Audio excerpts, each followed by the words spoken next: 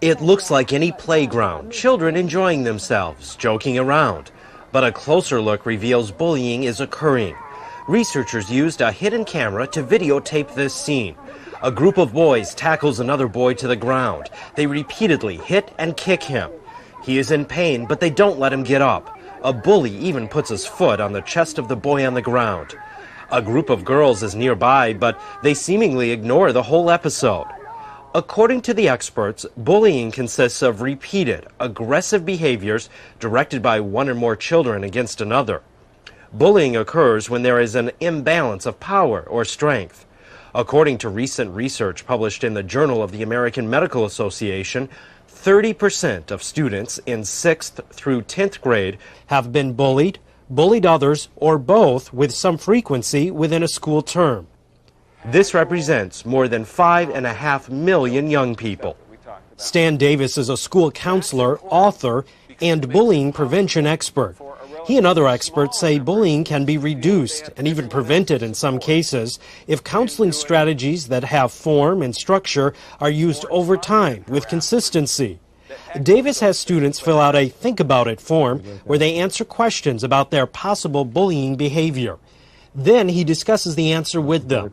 The process stresses self-reflection, honesty, and accountability, as Davis and students show us in this reenactment. Well, you know what strikes me, Gabrielle, is you're really halfway there. You're halfway to taking some responsibility, because this issue of her losing friends, and you sort of take responsibility here and then you take it back at the end. Yeah? How about, and also might, how about writing this a little more positively? In other words, you either think you hurt her or you think you didn't. Talking with a kid about what was wrong with their behavior or how they could do better is going to have very little effect unless that kid knows, if I continue on with my bullying behavior, consequences are going to happen to me. We've got to recognize that for many kids, bullying is a very reinforcing, a very pleasurable activity. And just saying you shouldn't do that has very little effect in counterweighting the pleasure that these kids take in hurting others. Once, though, there's a cost, and a predictable cost, to that behavior, then kids are ready to think about their actions and think about what was wrong with their actions. If this was the whole story, would you be sitting here inside at lunch? I don't know, I guess not. Would you give it some more thought, please? I'm sure this is part of it. Experts say students who are bullied are more likely than their peers to experience low self-esteem, depression, and suicidal thoughts. Young people often do not report bullying incidents because of feelings of shame or embarrassment. Ted Feinberg is the Assistant Executive Director of the National Association of School Psychologists. He and his colleagues know the symptoms a bullied student may exhibit. Initially, children can be anxious, they can be develop psychosomatic patterns, they don't want to go to school, they may have a reduction in their school performance indicators.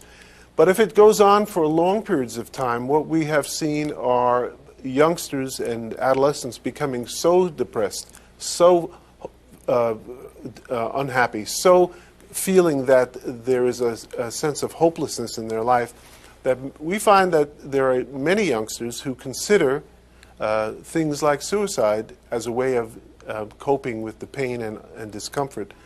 He says there may be serious consequences if bullying behavior is left unchecked. We know that bullies, if we look at them down the road, we know that many youngsters who engage in bullying behaviors have a higher percentage of likelihood that they're going to be involved in the criminal justice system by the time they're 21. In terms of what it does to the community, I think it impacts on a number of levels. It impacts on an individual level, obviously with the person who's being bullied. It impacts on the classroom level because bullying behavior is typically observed by others, and there's a span of folks who are both interested in the bullying and repulsed by it. It impacts on the school in that it changes the complexion, the tone, the feel, the culture, if you will, of the school. And it invariably impacts on the community in that the community feels less safe, less secure, less focused. Current research would suggest that bullies have very strong sense of self-esteem and identity.